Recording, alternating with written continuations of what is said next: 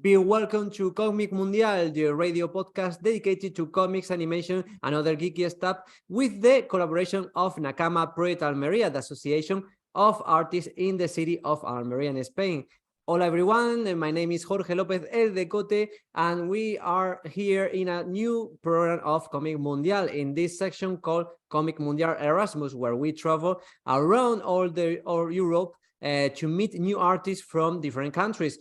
So the last time we have made this section, we traveled to Sweden with our friend Natalia Batista, and we have talked about her with her about her mangas, the mangas in Sweden. So this time we are going to change the country, but we are not going to change the format because today we are going to talk also about mangas, but this time we are going to travel to Lisbon in Portugal. Yes, there is comics and mangas in Portugal also, and we are going to know a lot of new things with our guest, our new friend, Joana Rosa.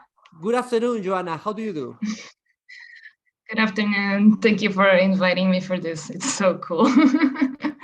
Thank you. Thank you too, for sure. Tell me, please. What exactly? Where do I start? It's always like, oh, you can talk, and then I don't know what to talk. Well, for me, it's a pleasure to have you here today. Well, as I said, to know more about comics and manga, especially manga in this case, because you have dedicated some years for publishing your mangas. Today we're going to talk about two of your works, but for a start, Joana, I would like to ask you, how did you start with this passion for comics and manga in your childhood? Oh, it started very early. I draw since I remember. My mom is also an artist, but unfortunately she wasn't able to study because my grandpa didn't allow her to.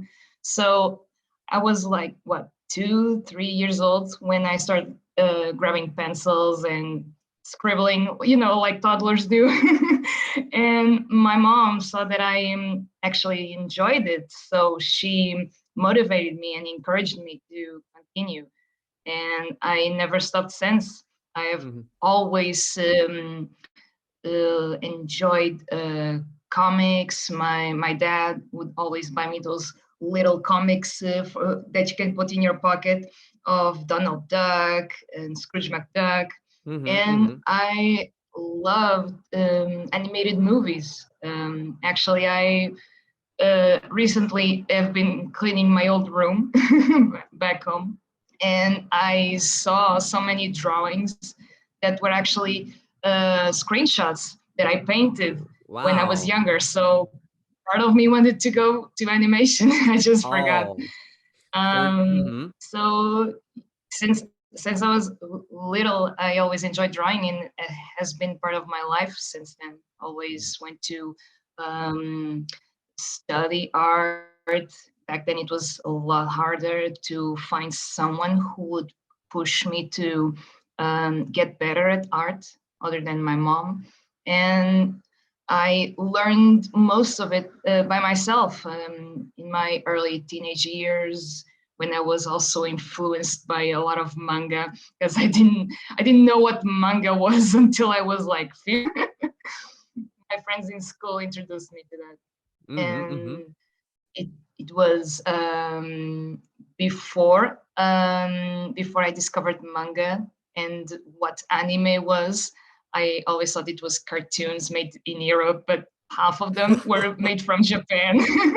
And one of my favorites was Yu-Gi-Oh! And it's still one of my favorites to this day. And it's really sad that Master Kazuki Takashi passed away recently. Yep.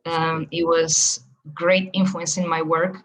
So in high school, when I discovered manga, it was his manga, Yu-Gi-Oh!, that got me interested to try make comics. I was like, I want to do something like this.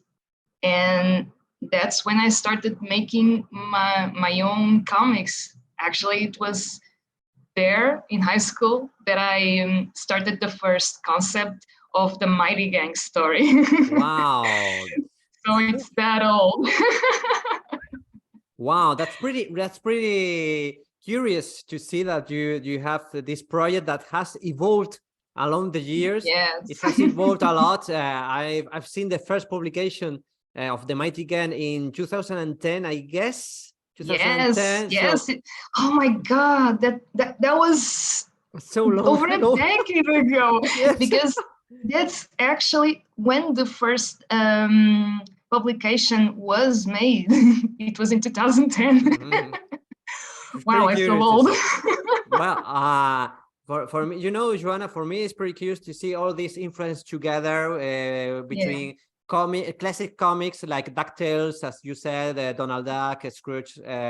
Also, I read something like in some interviews, like you liked also Asterix, for example. Yes. The European ones also. And also the influence of manga and anime for sure. And how all these influences have mixed in your works, in your way of drawing also. It is pretty curious. I'm pretty interested to know how do you arrive to publish the Mighty Gun in the magazine Banzai. Then it is pretty curious to see how in these years, because I have talked with this author Natalia Batista, also from Sweden. Yes. And she published her first mangas in more or less the same date. So it happened the same in Spain. The first manga Spanish drawers started to publish in Spain also. So there is a coincidence between several countries in Europe. So it is pretty curious to see this thing that there's a coincidence. So how did you arrive to publish in Banzai? First of all, let me tell you, that's very curious. I had no idea. As I told you before, I know Natalia personally. We work together, and it's rather curious what you're saying. That was all at the same year in 2010.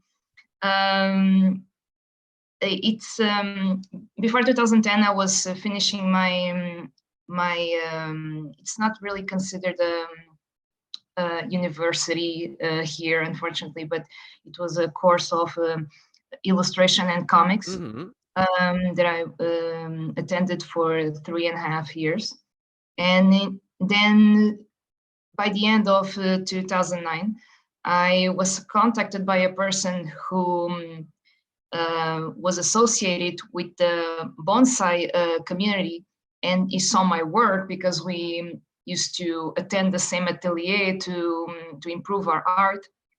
And he saw my comics, my comic samples, and he gave me the contact of the person who I started working with in 2010, and who published the first chapter of the Mighty Gang with him in the I think it was Ant Creatures back then. It no longer exists. But it was amazing because he said, okay, you have a month or to finish the first chapter, because I only had a month. I already had a lot of things done, but the definite chapter I had not finished yet, because the Mighty Gang, it's quite funny. The first chapter was remade about 5 times. Wow, 5 times. Wow. Because I was not satisfied with how the story was starting. And honestly, knowing how old the concept is, if I were to begin the story now, I would have done the beginning differently. But I think it's cute the way it begins, as a much lighter beginning to this story. So the first chapter was in early 2010, and in the Banzai number 0, I think. Yeah. It's so strange because I'm trying to remember all of that, and it was over a decade ago. And people liked it. It was rather curious. People were saying, "Oh, this is international art, isn't it?" No, this is national art. It's from a national artist. They were quite taken aback by that. They weren't believing me. And just for asking, the people, well, the readers consider it like a banda diseñada or like a manga made in Portugal. Exactly. Yeah. And the way the first chapter was, I had a lot of influence from Kishimoto. I think that was his name. I might Yeah, for the author of Naruto. From Naruto, exactly, because back then I had ignored a lot of experience I needed to have in terms of real anatomy, seeing other artists besides manga. So I did a lot of mistakes with the first chapter of the Mighty Gang, and I say the this normal thing, of course, but it was necessary for me to learn. Sure. Because people kept comparing the first chapter, like, "Oh, this looks like Naruto," and I was like, I hate that people compare it with Naruto, but they were right. Yeah, for sure. That's pretty. So so pretty normal. So from that moment on, when I started working on the second chapter, the third, and so forward, I was also encouraged by my colleagues and my editor to expand my horizons in terms of what I like, not just stick to the manga. And it was exactly what I did. So I started remembering the things I used to like, because from manga I have a lot of influence from Dragon Ball, and little nitpicks here and there about Filler Moon, but it's more Dragon Ball because it's an action-packed. I always enjoy that, and also have a few influences from Yu-Gi-Oh! And I must say, before I forget, that Dragon Ball was such a great influence since I was a child, that I made an homage to one of the most impactful scenes from Dragon Ball in the story, and I can't wait to draw that. I'm not gonna say what it is, but fans will know what it is. in the volume 2 of the no. It's where? In one of the final battles. All right. So, we will wait for it. For sure, we will be very keen to see it. And I would like to ask you, Joana, when did Dragon Ball arrive to Portugal? Because there is each country. I talked with Natalia Batista also about this. There is like in each country an history of how manga and anime arrived to each country. So when did Dragon Ball arrive to Portugal exactly? I remember that I started watching it when I was 5 or 6 years old. So this was back in 95, I think, because there's another thing. The channel where it was playing, it's much younger than I am. So I think it's 30 years old. I'm currently 33.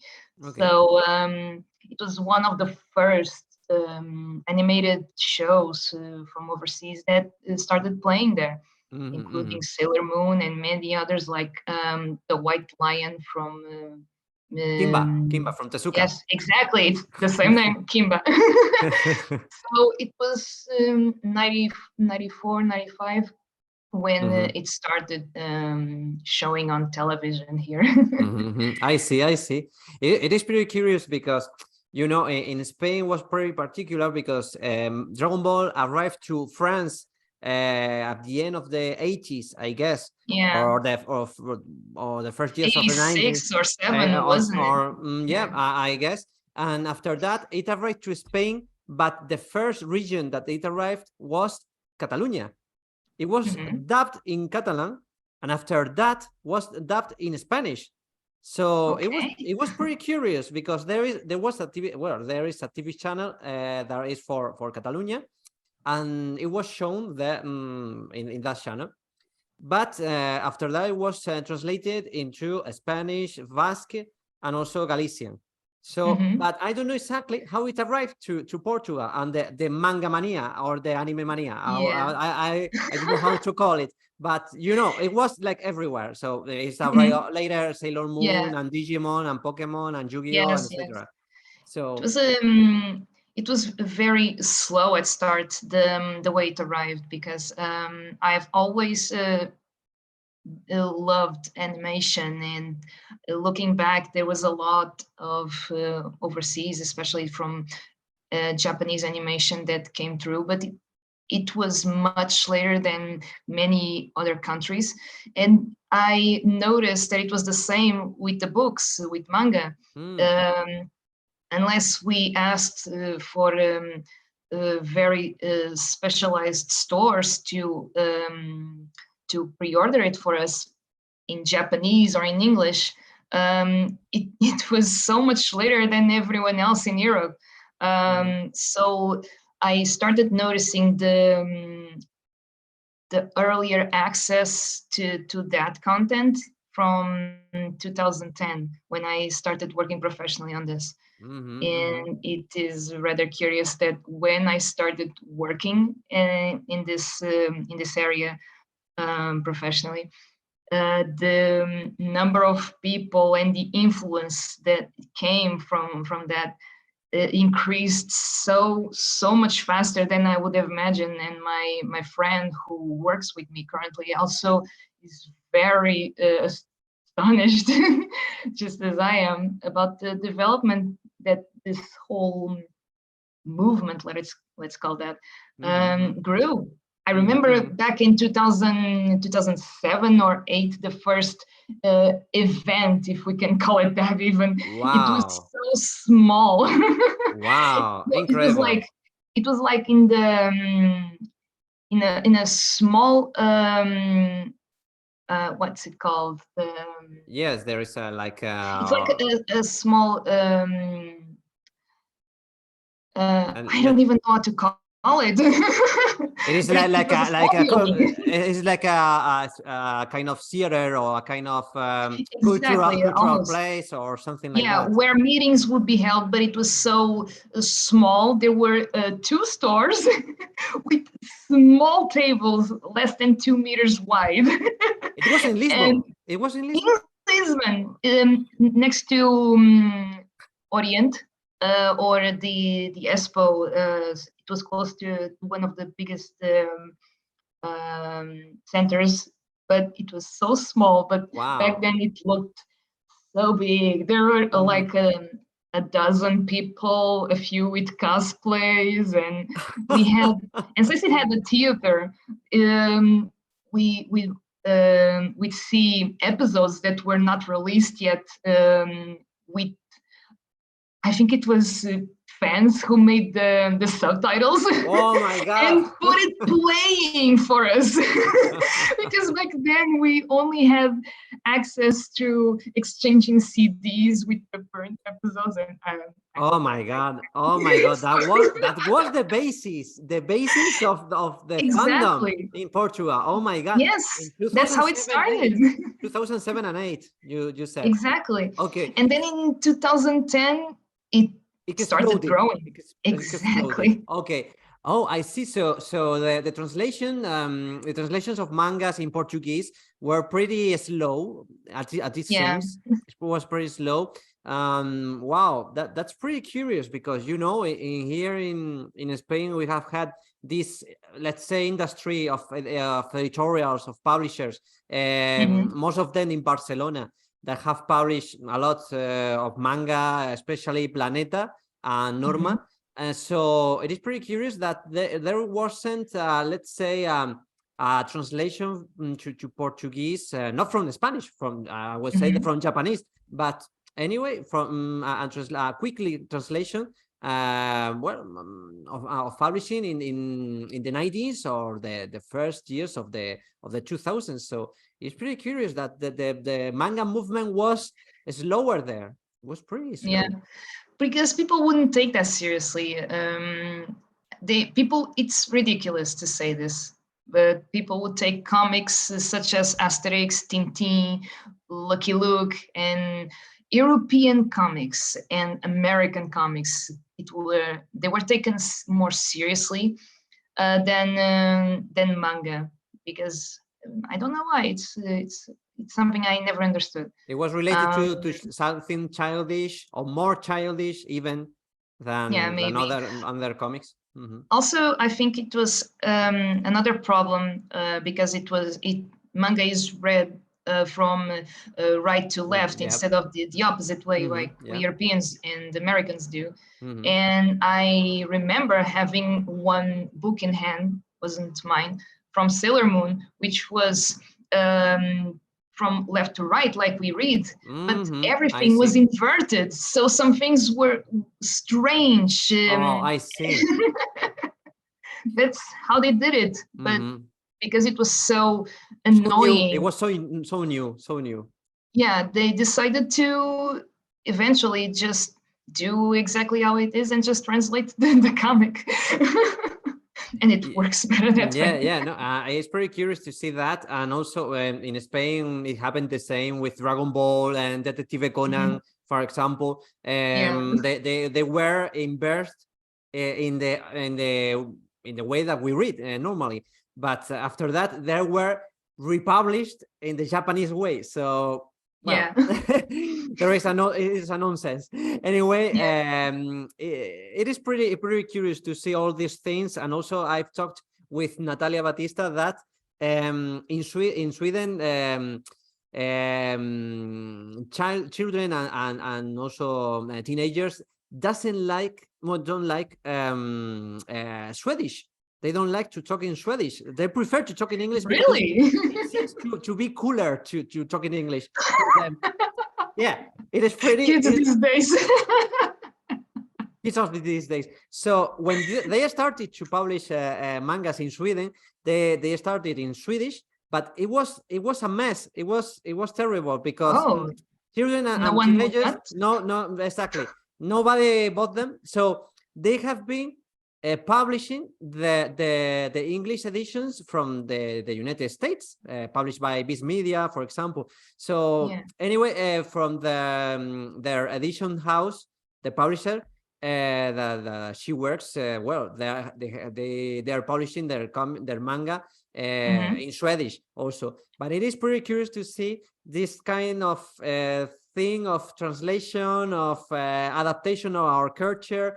Everything, all these terms from something that is pretty different, of course, like a manga, but also very attractive at the same time. So, wow, all these things we have talked in with her, but also I think that in Portugal, it has also its particularity. So this happens.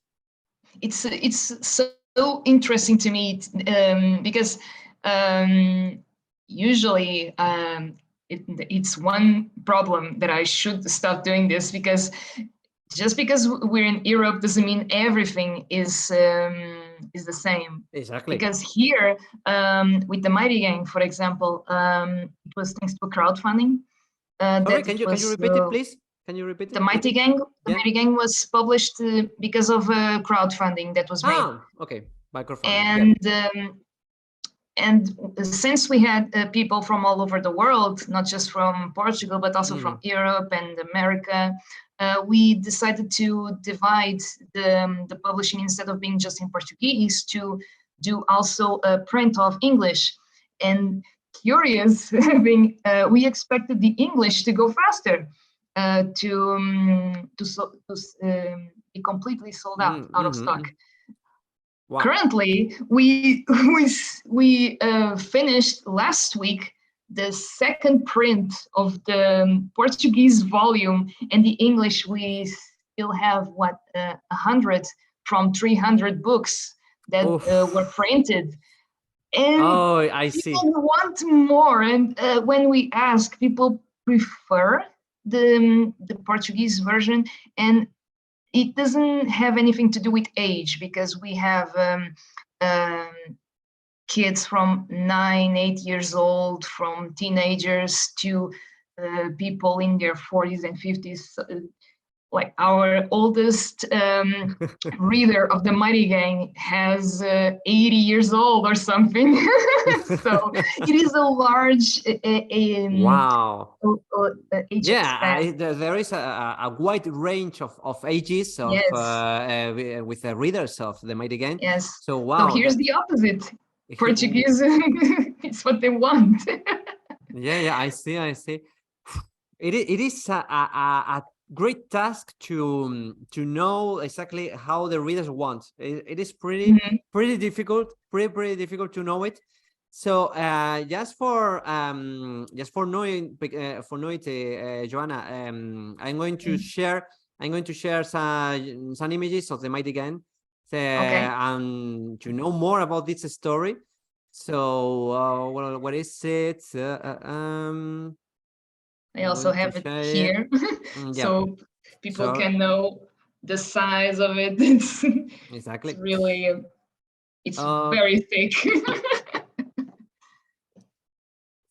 Sorry for the delay. That's right. Mhm. Okay, so here we are. Here, this is your Instagram account, so we can see some things about your works. Pretty interesting. Oh, this homage to Yu-Gi-Oh! Yeah, Oh, love it. curious. I haven't drawn Yu-Gi-Oh in years, and it was something I really wanted to do. Oh, for sure. We have made in Nakama project. We have made also an homage to Takahashi because Mhm. well, It was it was a great a great, influence. yeah, a great master from this time. Okay, here we have this is the Mighty Gen, as I guess. Yes, it's Okay. the post for the one of the events that happen twice per year, Iberanim. Mm-hmm. One in May in Lisbon, and the other in October at Porto. I see. I see. Well, right now there are these events that I guess that they are bigger than this that you have mentioned in 2007 and 8. So Yes. It's so overwhelming every time I go to these events because knowing how it was back then, that wasn't even close to 50 people attending in one day, oh and now my in two God. days there's thousands and thousands of people. Wow, that's pretty It's nice. That's pretty it nice. is. Well, tell me what is about this? What's the story about the Mighty Gen exactly? The Mighty Gang, it's a story about growth of characters. It started as a little concept to be a shonen, but it just got these wings, and currently it's much bigger than I expected in terms of story. We accompanied the journey of these three main characters that are on the cover, um, which are Joanna Mubarak, Sara Yamamoto, and Andre Kersey. They are about the same age when the story starts, as 16, 17. And curious thing about these characters, none of them are the single main character. All three of them are the main characters. Oh, I And they see. are the core of the story. I see. And this is um, tale about their journey to discover who they are and to grow individually and together as a team. And a curious thing about these characters, each of them has an element within themselves, and no one else in this world have. I Uh, see. the world the story begins at is in the story starts in France when it begins, but then it travels to London and it goes around the world, and it is in 1998 when it begins. Okay, It's I a see. different era. but it has a purpose because the time passes and the characters grow. And besides these three characters, there are two others in the back of the cover. I think I have, yeah, here.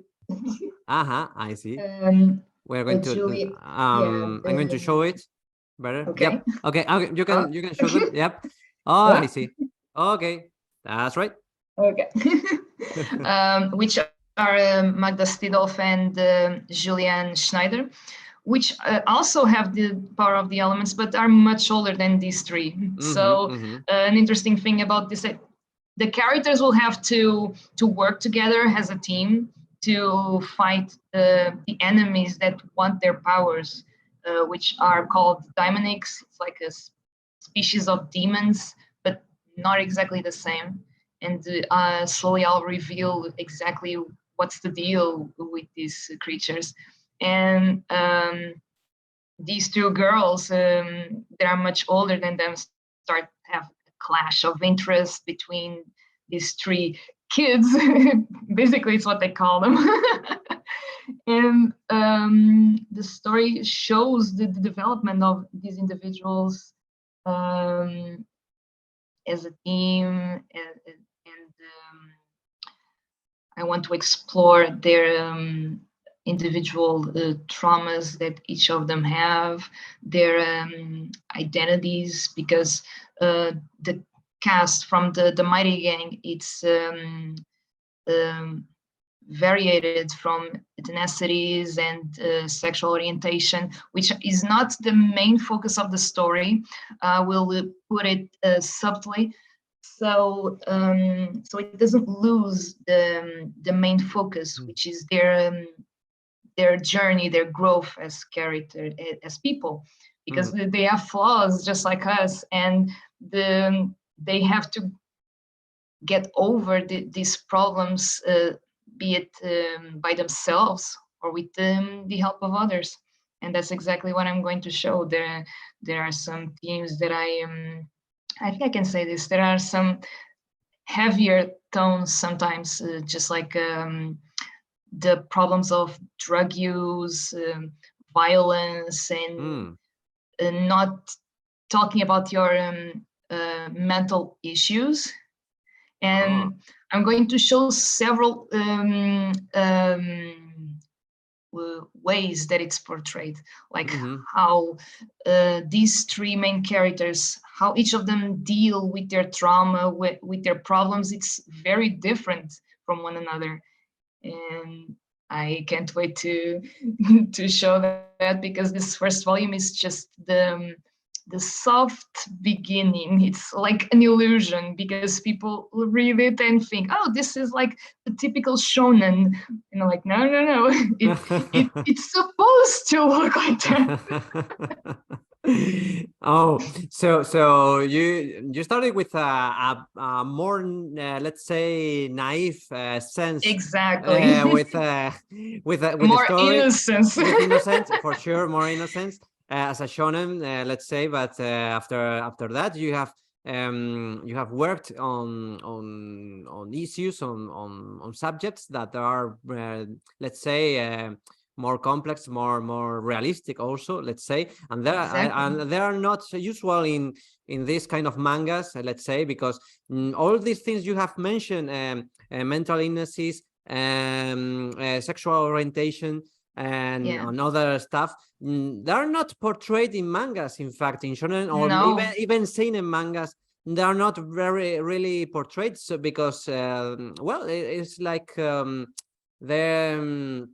they treat other themes in general, like, well, in shonen is the main theme for shonen is like the how to overcome difficulties, how to overcome obstacles and enemies also.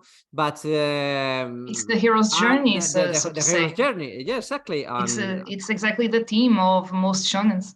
Yep, exactly. And also, well, the adventure, the sense of discovery, new places, all these things. But in your case, it's pretty interesting to see this, let's say, more adult or darker way of focus in the story. So it's I mean, interesting. I'm applying these things slowly, but I also don't want to overdo it, because the Mighty Gang has to keep a certain tone, just like Dreamline has a certain tone in my future works. So I'm trying to not lose track of that, and it will always be an action-packed story and with comedy.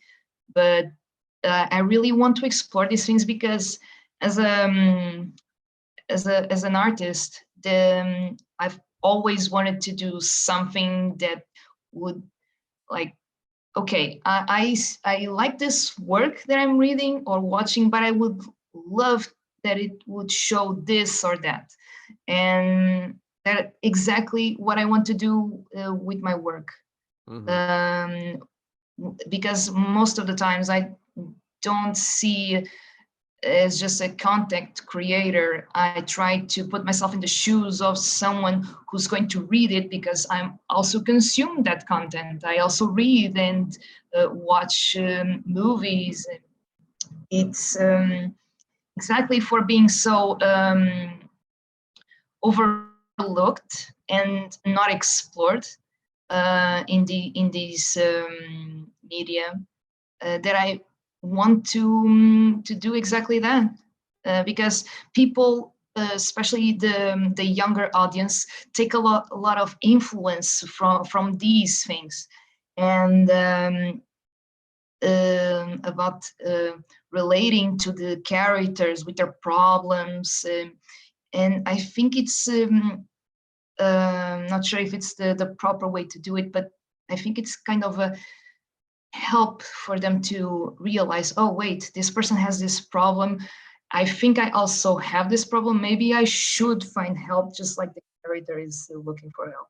Like, one of the things that I really want to, I'm doing my research well, because it's a very heavy subject, but I'll try to keep it mild as possible because of the wide audience. But the drug use and the problems that it has, it's not these three characters, but it's one of the other two. It's actually the most collected and the most controlling character is the one who has such problems. So when it's revealed, people will be, shocked. Whoa, hold on, this doesn't seem right. And she auto-medicates herself, which is not something you should do.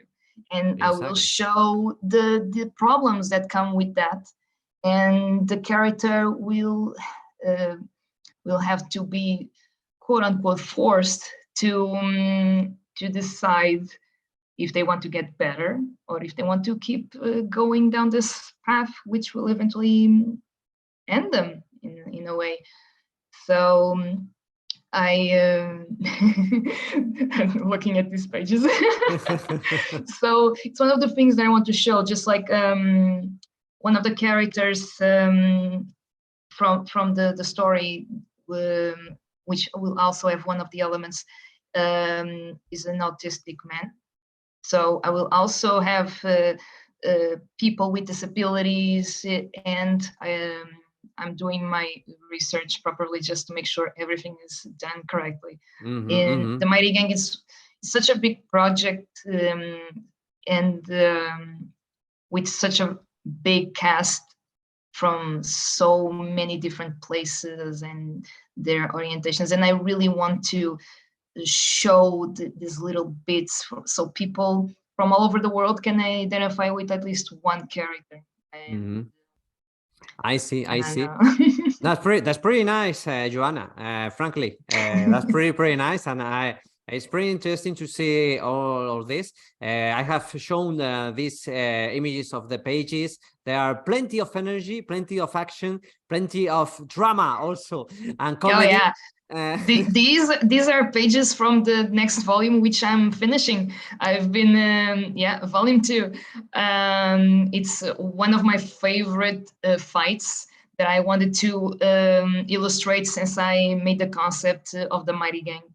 And seeing how the art is coming together, because my style now is a little more refined in the way I really want it to be, because now since I have influences from comics, from America, European, and also influence from manga, it's curious that people don't compare it to the same thing. People with different opinions say different things, No, but and it's it's pretty so nice. good. Because It's it's a cool. fusion of what my friends and I have been calling it's like a fusion style because it's exactly that. Yeah, and also the good reference to Dragon Ball. For sure. But And it's pretty nice because yeah, that has enriched, has grown your style, your way of drawing also. So it is pretty. It is a process that has made several drawers that I follow. For example, in Spain we have Jorge Jimenez and Belén Ortega. That they started like crazy manga fan. For example, Jorge Jimenez adores Dragon Ball and Naruto, and Belén Ortega, especially, she adored Kenshin, Samurai X, and but after several years of drawing, they have evolved into something completely different, their own style. Well, right now they are drawing for DC Comics, Superman and cool. Batman, and she has drawn the Millennium Saga comics also. Oh yeah. So, I know. Yeah. So she's really talented.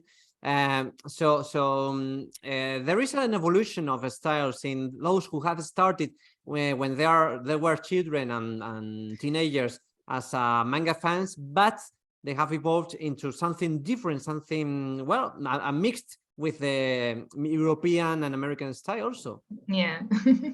It's like it feels like the manga, it's kind of the fundamental starting kit for artists. Exactly. Because almost everyone from late 90s who's over 30 always the same answer. Oh, I started drawing with manga, but then we look at the people's current art style and it's completely unique and it's their own, but then you will start noticing little influences in maybe in the way they draw the hands or the eyes or just the nose. And it's so curious that almost everyone started with manga.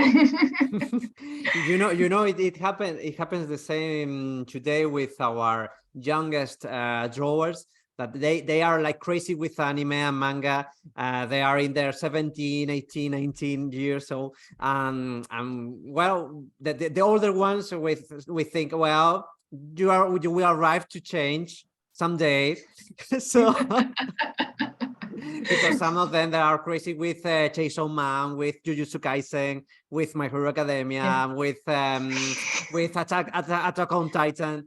And well, okay, we know that we love them, that you love them, but it will arrive the day that you will be tired of manga. We know that we will get tired of manga. I haven't been reading manga in so long, so I only know from our colleagues from the stores where we leave the Mighty Gang and the Dreamland and the pictures and all that. And online, my Instagram feed or Twitter sometimes shows a post of these anime or manga, and that's the only way I know because I don't read it. We are not connected already. We are not already connected with them, for sure. I've been reading more of diverse comics. Actually, one of the things that I've been doing is there's a store downtown that has a lot of comics, BD Mania, and it has those single issues. And one of the things I like to do is, okay, I have 20 euros I'm going to spend on 4 or 5 different issues that I think it's interesting style. I may not know the artist or the art, but if it sparks my interest, I buy it because it's a reference. I Yeah, may for just sure. have one issue, but it's one of the things I like to do because Hmm. it shows what's on the market and what people like to see, how people explore. Because then I find interesting things about how some artists do um, a few effects and how they tackle some angles and all those little things. It's something I really enjoy Also, from this the way hobby. of composing a page, for example, Exactly. the narrative or all the stuff also. And I would like to ask you, Joanna, Mm. how has been the feedback from readers in Portugal for the Mighty Game in general, in festivals or events, for example, where you have signed or dedicated a drawing for them? It's okay. First of all, this last weekend I was at Comic Con Portugal signing Ah, books from Dreamland, so it was also very busy. um, the Mighty Gang was published in September last year, and since then it has been amazing the feedback from everyone because. Like I said earlier, recently we got out of stock. So the fact that people want more and we don't have it, it speaks wow. for itself. People loved it. Like because of the pandemic, we weren't able to go to events in the last 2 years. So the crowdfunding of the Mighty Gang was delayed to I think it was March of last year. That's why it was printed in September, because the events like the book fair were starting to come back, but with less people. And even so, the people were very curious, even people that don't enjoy the type of manga like this one. This was in Porto, Hmm. at Porto in October, and it was there that the Dreamland Protectors was launched. So um, these events weren't happening last year, and Hmm. when they happened this year in May and now in October, it was impressive how people wanted the book. And Wow.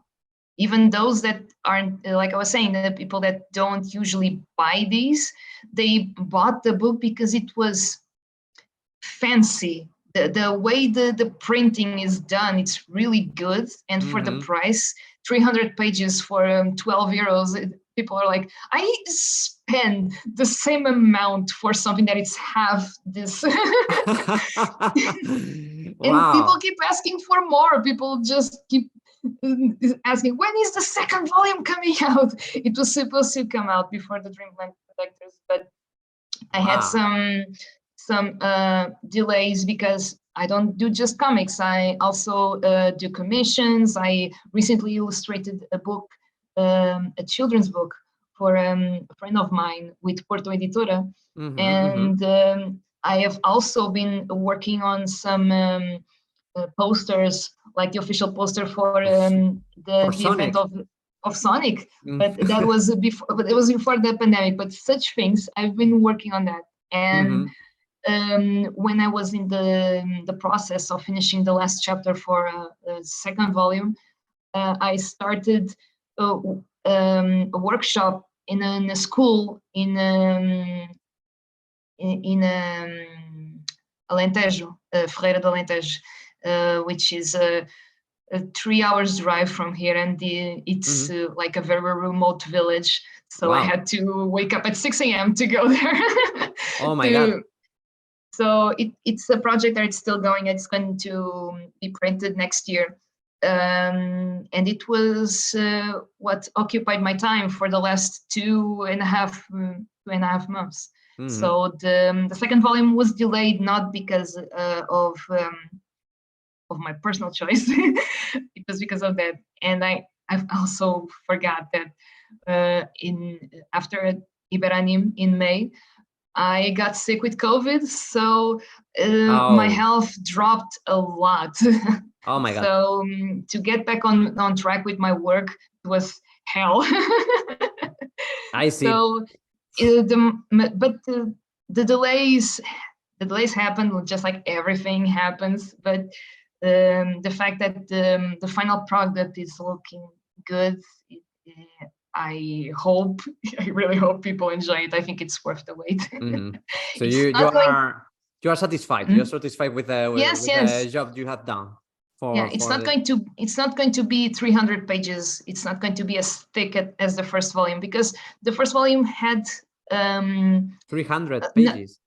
it was an objective to be it was on purpose to be 300 pages, Mm-hmm. because like we said earlier, I published the first term actually in 2010, so over a decade ago.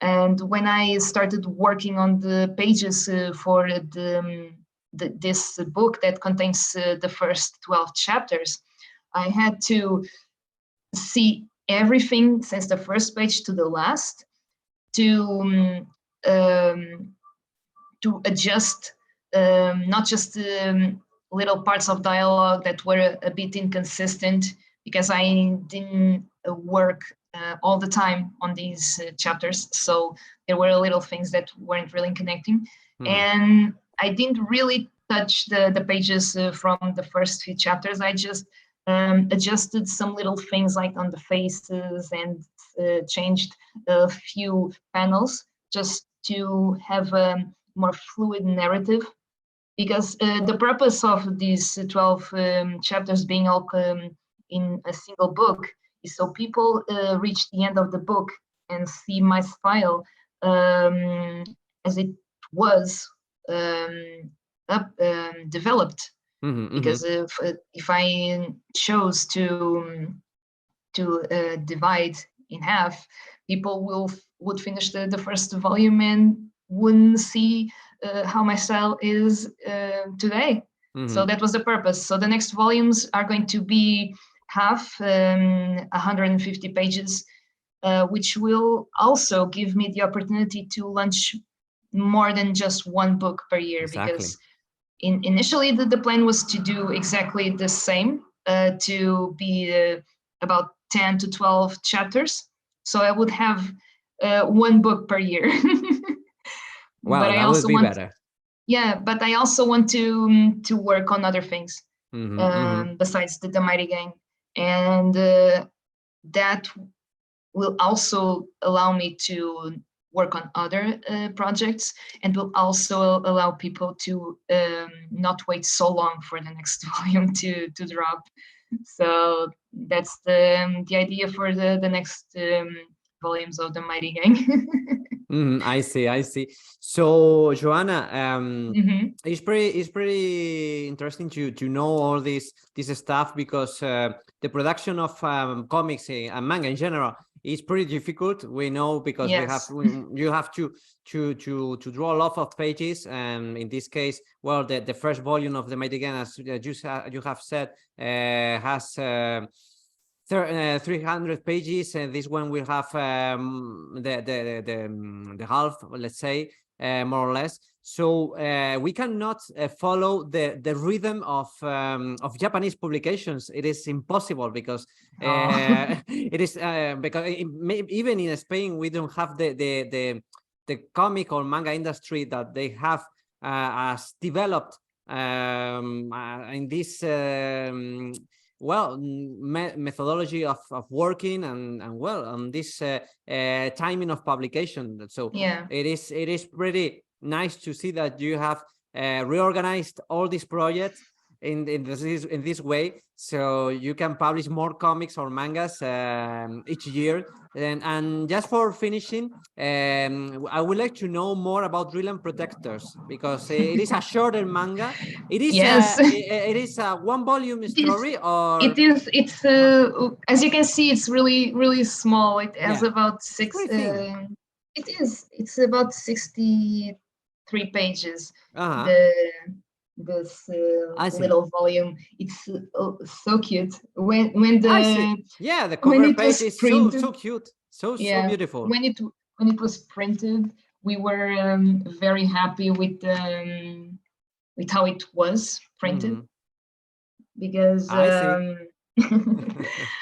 actually this was okay. The Dreamline Protectors was one of those side projects that I wanted to eventually do. It started in a different way than the Mighty Gang did. The concept of this started with the characters designs.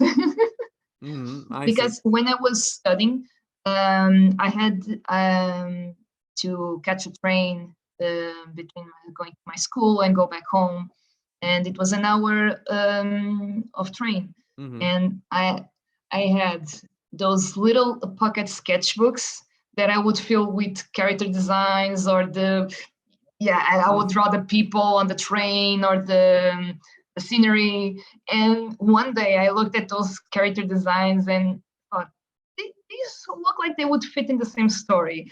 So I started creating the concept of those characters. Actually, I think here in the the sketches. these are actually the sketches from that that's little so book. cool. That's so cool, Joanna. That's so cool. Yeah.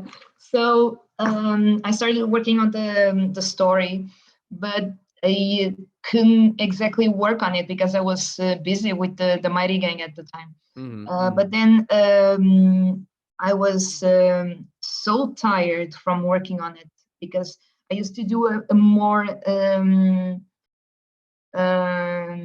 annoying process. I would have to look at the same page at least 4 times, since the thumbnail to the sketch to the blue lines, and then I would draw with ink. Oh, so I see. I would have. So my editor and my colleagues were like, "Why don't you take a break for like 2 or 3 months?" Because they were noticing that I was getting frustrated with that. So I looked at this project of the Dreamland Protectors, and I decided to work on the sketch. Back then, I tried to make it 24 pages because we had back then a project which was consisting of drawing 24 pages in 24 hours. So I wanted to make a short story. Oh yeah, that's crazy, right? Hyper crazy. Wow.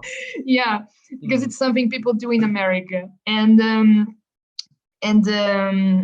the objective I had was to do something small, because people were always telling me the Mighty Gang is too big, you have to reduce that or you'll never finish it.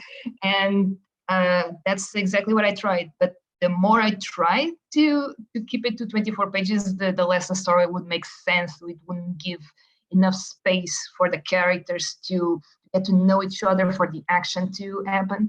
So I ended up with 46 pages back then. And it was the first comic that I actually worked digitally. The sketches were, the pages were all done in traditional pencil, but then I scanned them and did the whole thing on the computer to see if I would go with that for the Mighty Gang in the future. But back then I wasn't really enjoying it because my lines weren't as expressive. But now with a different tablet that I work, everything is so much better now. so smoother. Yes, much easier, less ink to waste. So I did that. But the project, it was just for me to do something smaller. So I put it in my drawer, and then I completely forgot about it until recently. Like was 2018. My friend and I tried to make a crowdfunding, the first crowdfunding, with a smaller story than the Mighty Gang, and we worked on that project, but we failed miserably because we didn't do our search, and it was all very close to the date. So we were like, okay, let's leave this again on the shelf for much later. And it was actually the plan B for this year, in case I couldn't finish the Mighty Gang Volume 2 on time. So that's how the book was published, and it was published because of Sigala, the rice company. They because they made a partnership with us. A partnership. Yeah, partnership. Yeah, because we've been working with them. So in this, so in the book, we got my God. a recipe. We got a recipe of sweet rice. I don't know if it's the correct term. So it's a dessert of rice. I see. And they funded that. That's how we managed to print it, and they loved it. We also loved it. So, oh my God. So you can imagine me this weekend at Comic-Con with this book next to me and a kilo of rice next to it.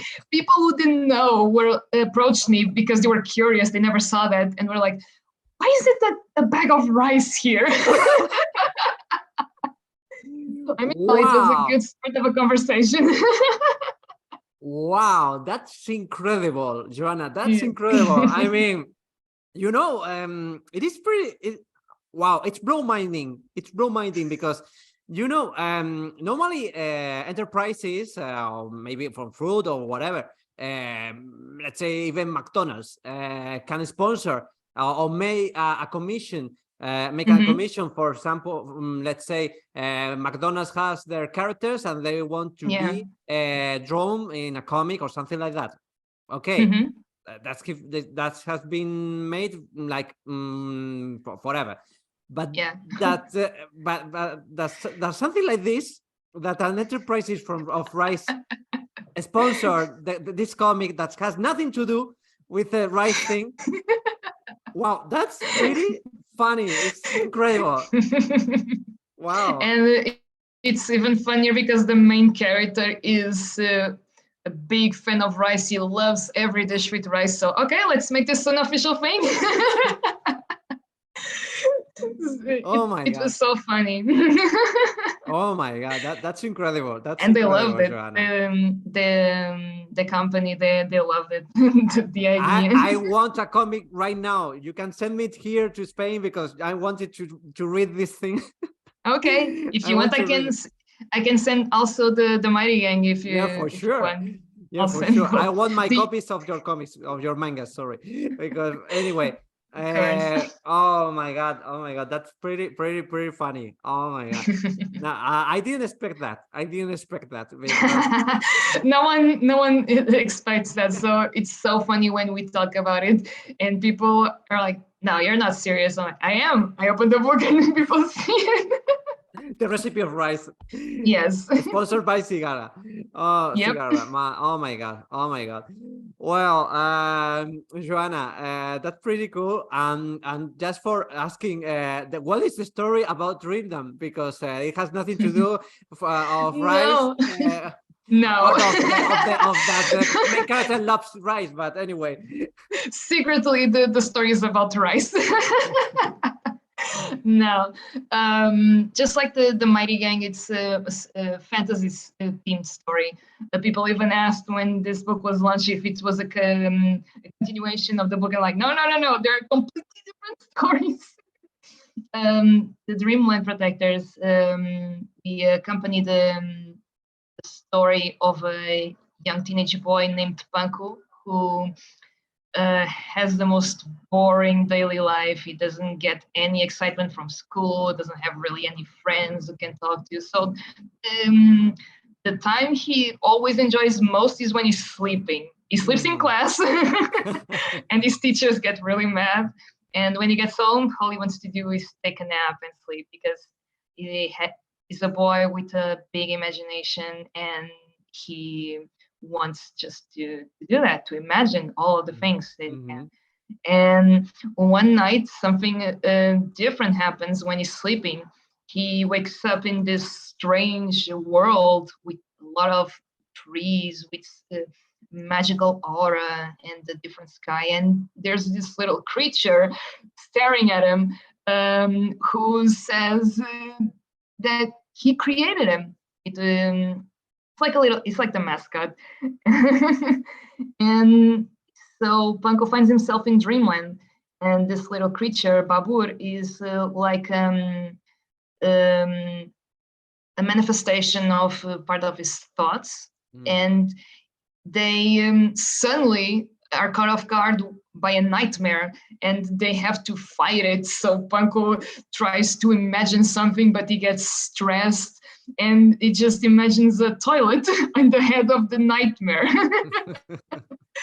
But then 4 other people appear to his rescue, who call themselves the Dreamland Protectors. And they are dreamers just like him, who managed to welcome in the dreamland, and their objective is to eradicate nightmares of other people and to keep the peace in such a land. And the story accompanies the growth of these characters, just like the Mighty Gang, but this resolves much around Panko and how he has to face the truth that it's good to dream and to be in dreamland, but you cannot forget to live your daily life. So I make the connection between the two, and it touches on a few subjects, such as people being in a coma and and a lot of those problems. But it's a lot more lighthearted than Mighty Gang. It's a much softer and cuter story, and it's small, but it's curious because in the end there was a character who was supposed to be the main villain, but I decided it was too obvious. So I decided to make it a little more complex. It's a person who has problems that need to be worked with, but I don't really explore that. And I just give it an open ending, which the idea I've been trying to convey to people that buy the book is then people can tell me what they thought about the book, if they liked the story, if they didn't, and if they wanted it to continue, what would they like to see?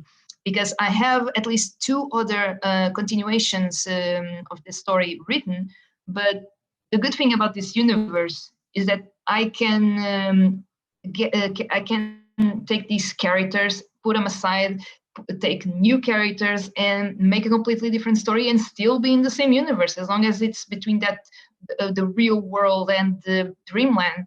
It doesn't matter. So in a couple of months, just to give enough time for people to read the book and to develop an opinion on it, I want to know if people want to see more, and if they want to see more of Panko or the other characters, this character who was supposed to be the villain, all those little things. But I wouldn't want to exceed the 300 pages I did for Mighty Gang. There were 2 people who review comics who loved the Mighty Gang and read this and told me that if they were the length, Dreamland, if it was the length of the first volume of Mighty Gang, to explore just a little more of the story and the characters would be enough to tell the story. So I'm going to give a little more time, and let's see. I'm for sure. very curious about to know what people want to see. I see. I think that the Dreamland Protectors has a great potential of development for a great universe. Also, you have followed the inverse process of comparing it with the Mighty Gang, because the Mighty Gang at first seemed to be a great story from the very beginning, but Dreamland Protectors seems the opposite. So it is a world that you can develop, and also with you have more experience than before. So I think that it can be pretty interesting to see how it will continue for next years. So for next volumes. So we will be in touch with Dreamland Protectors also. to seek how it continues for sure. So I hope that in Portugal the readers will give you the necessary feedback for develop it.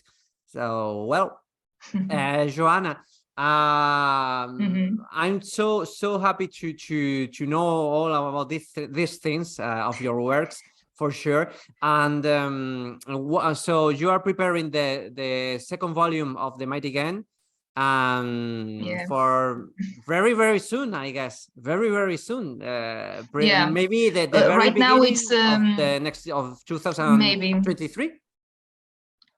Yes, hopefully we were planning on January, but since from experience, a lot of people ran out of money in the holidays.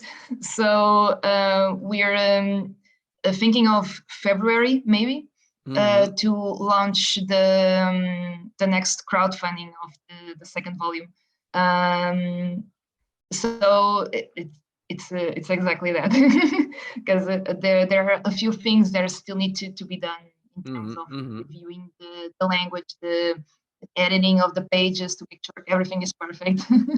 For sure, for also sure. the cover, the printing tests. It's a lot of process because people. I didn't know this until I worked on. I started working in this, but there's a lot of things to do still after you finish the comics, because there's the editing part and all the legal stuff. Everything, it's so exhausting. I know it. I know it. At least 2 more months. So February probably it's really coming out. Well, it will be ready for this time whenever you are ready. So anyway, we will wait. Announce it everywhere. For sure. Also, we will talk. I will talk again with you to make the presentation also of this second volume. And do you expect to be in a great event in Portugal in next month? Maybe in Lisbon or in Oporto? As events go now, Comic-Con was the last of the year, and the next one is Iberanim in May. So In May. Hopefully when that happens, the second volume is already out. Exactly. It will be perfect. Yeah. But Really we're thinking nice. of going to different events outside of Portugal next year, not just for the Mighty Gang, but to introduce our company and more projects that are coming. So I think Spain is also one of them. I think it's Barcelona, one of the places we're going. Yeah, I still for have sure. to check that. In fact, this week has been celebrated the manga Comic Con in Barcelona.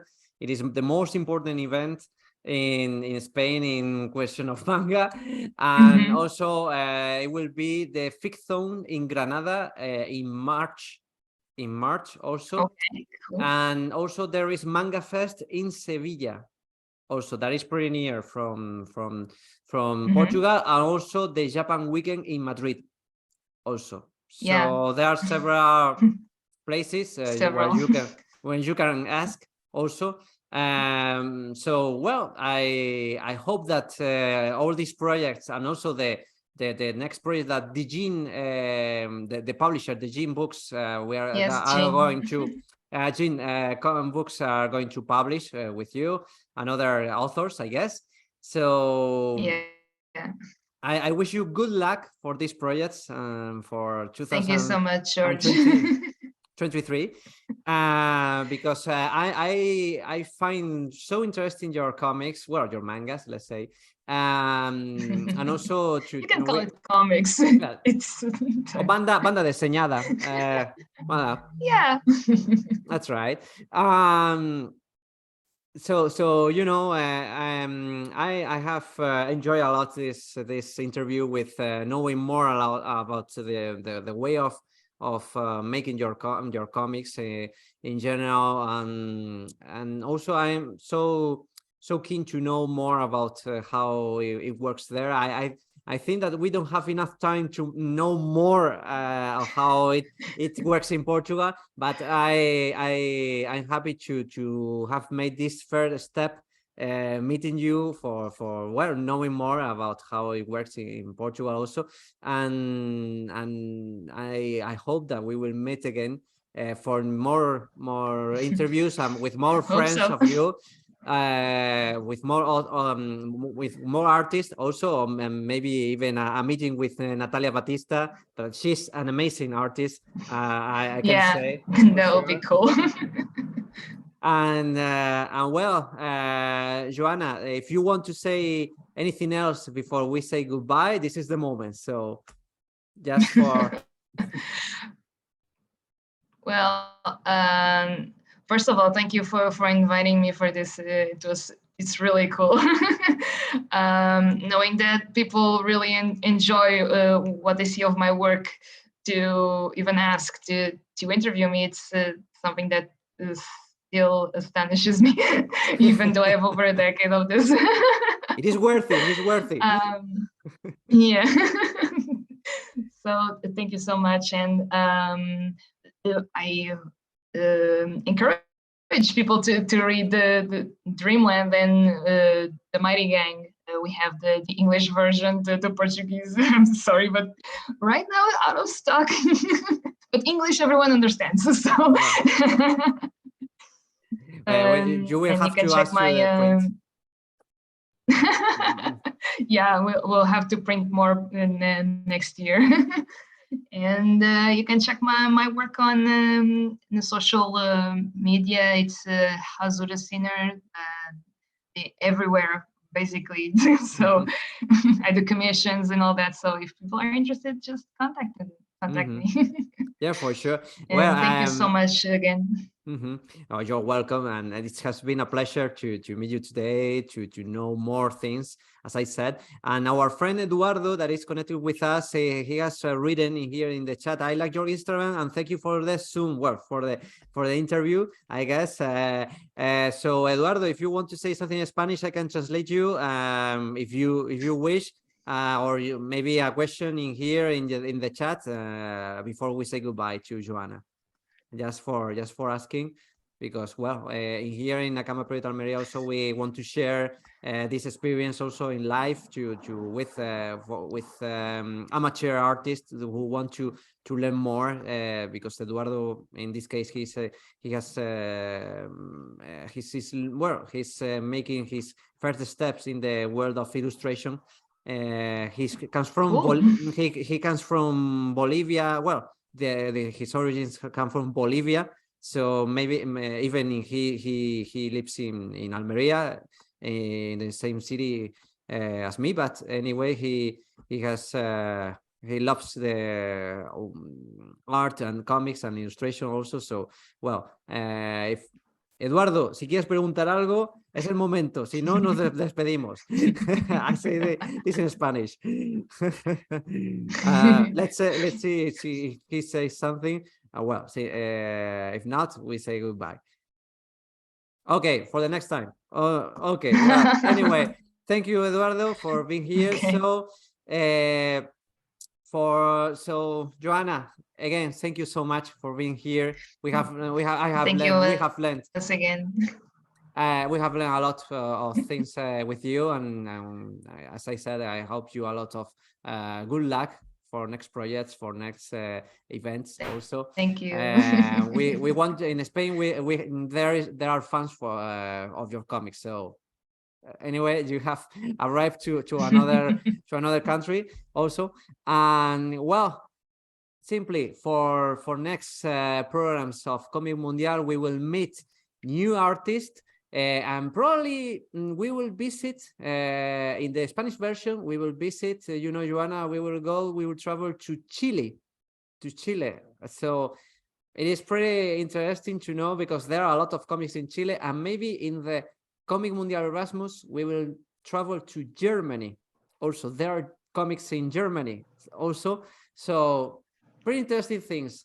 So we will meet again in the next program of Cómic Mundial around the world to meet new artists and meet new works, new comics from their authors, from their voices, from their heart to all of you. So I hope you have enjoyed this interview and see you next time.